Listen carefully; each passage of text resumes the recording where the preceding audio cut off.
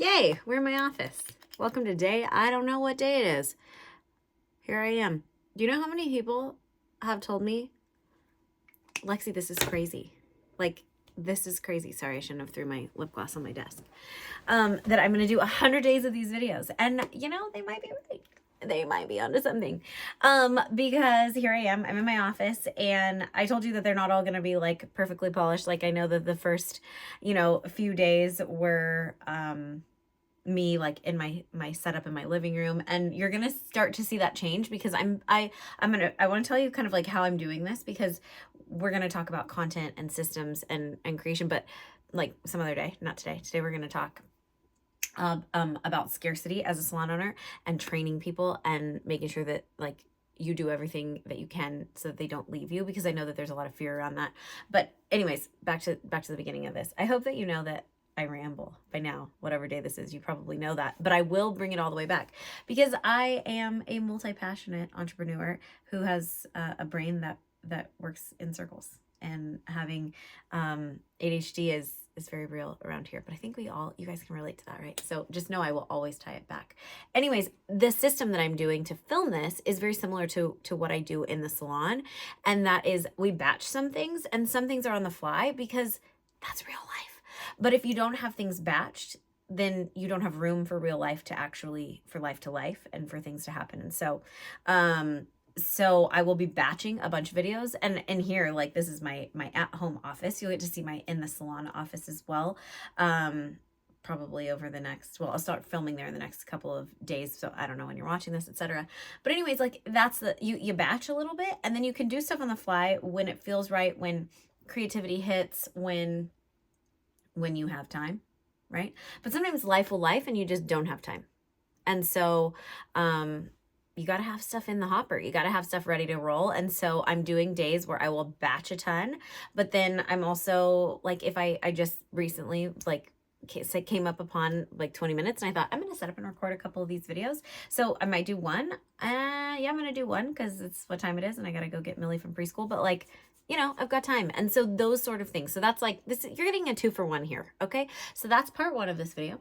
And the real point of this video and the system that I want to share with you is about culture in the salon. And often I get these DMs from so many salon owners that are like, I'm just tired of training people and having them leave because they want to go to a suite, because they want to go rental, because they want to do their own thing. And I'm like, well, yeah, but what do you do? Like, what is your job?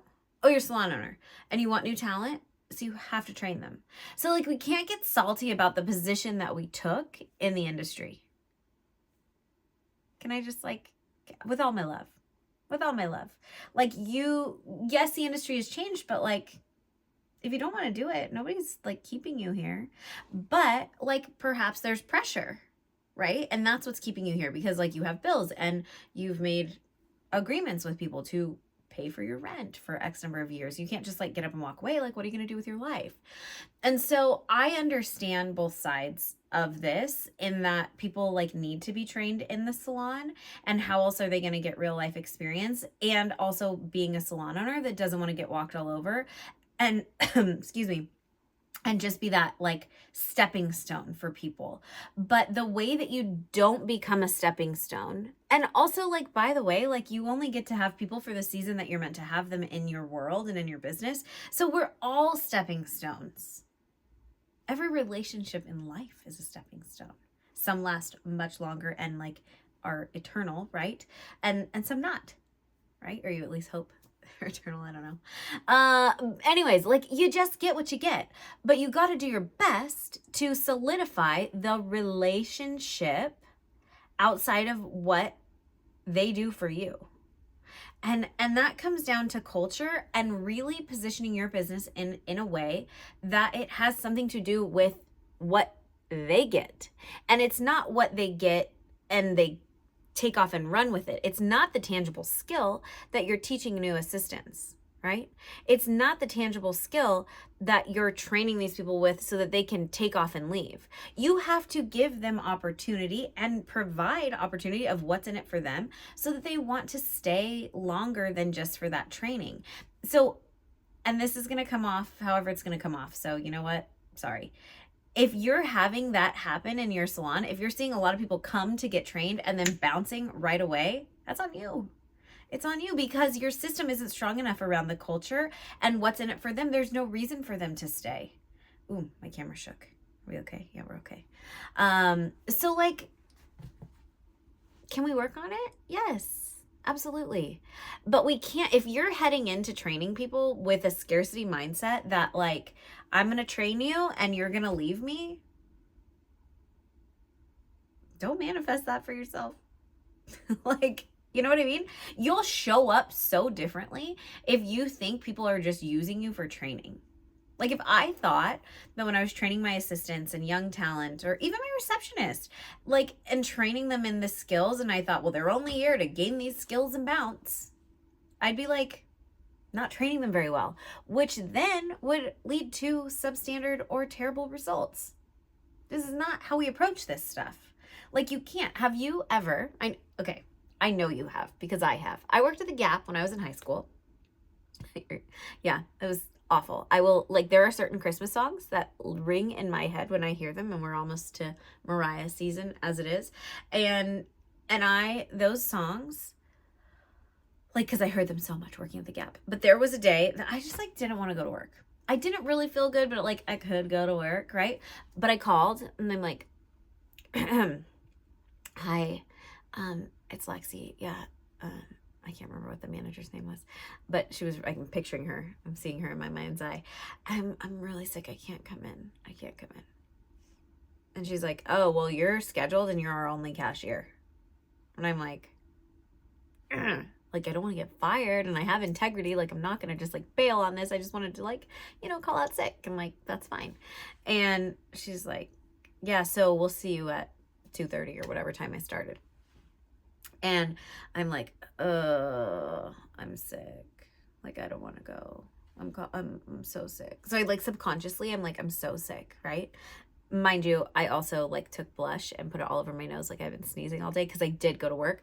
But you know what freaking happened to me? I talked myself into being sick. I literally talked myself into being sick.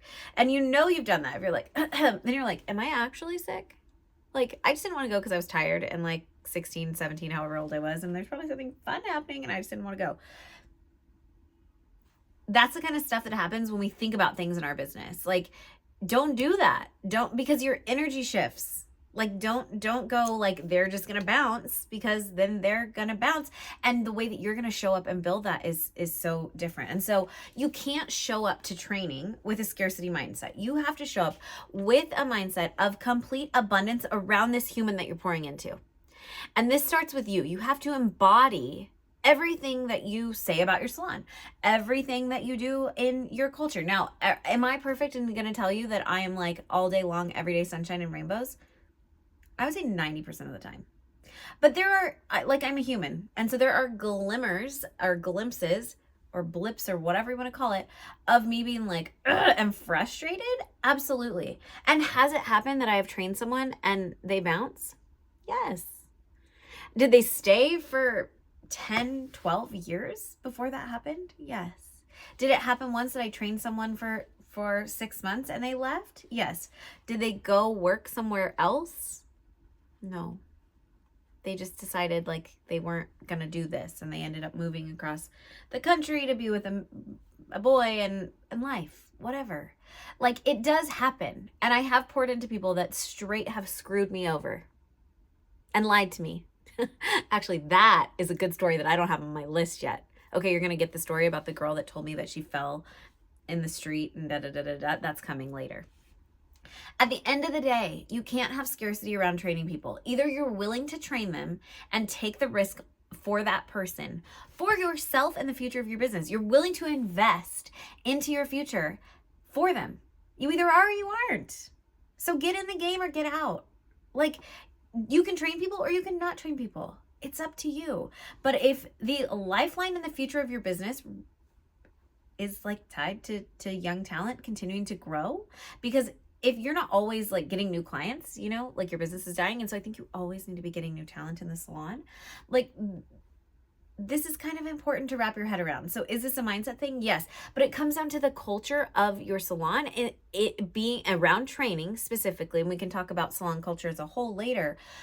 But it has to be one of abundance, and that you're going to lean into these people and they're going to lean right back into you. And that they're not going to leave you in 2 minutes flat.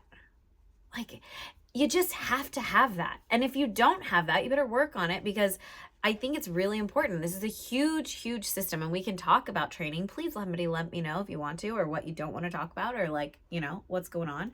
Like, do you have a pulse? Are you there? This is super important that you wrap your head around how you train, what you train, and where your limits are, because there are limits that I have crossed, knowing that maybe I've invested too much. Like, the cup is overflowing and they're not getting a second one. Like, they're just like, okay, feed me. Like, that probably looked horrifying. Sorry. But you know what I mean? Like, we're not looking for that. We're looking for symbiotic relationships. We don't want parasites. So, like, there's a difference between hiring the wrong person, pouring into them, and then bouncing because you hired wrong. Did we already talk about that? Did you already watch that video where I talk about the reasons why people don't work out? It's mostly you. Like, and that stinks. Like, I really hate that for us. But I've done it all wrong, so now I get to tell you how to do it right. And I think I'm doing it right now. You know what I mean?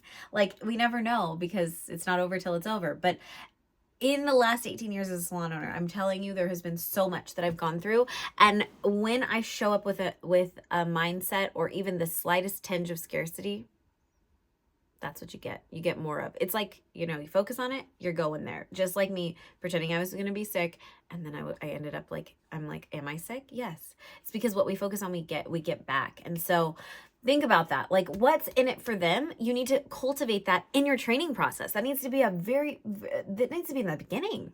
Like, hey, I might hire you and I might pour into you. I might train you as an assistant so that you can have this really amazing long career here. What does that mean to you? What does being an assistant here mean to you?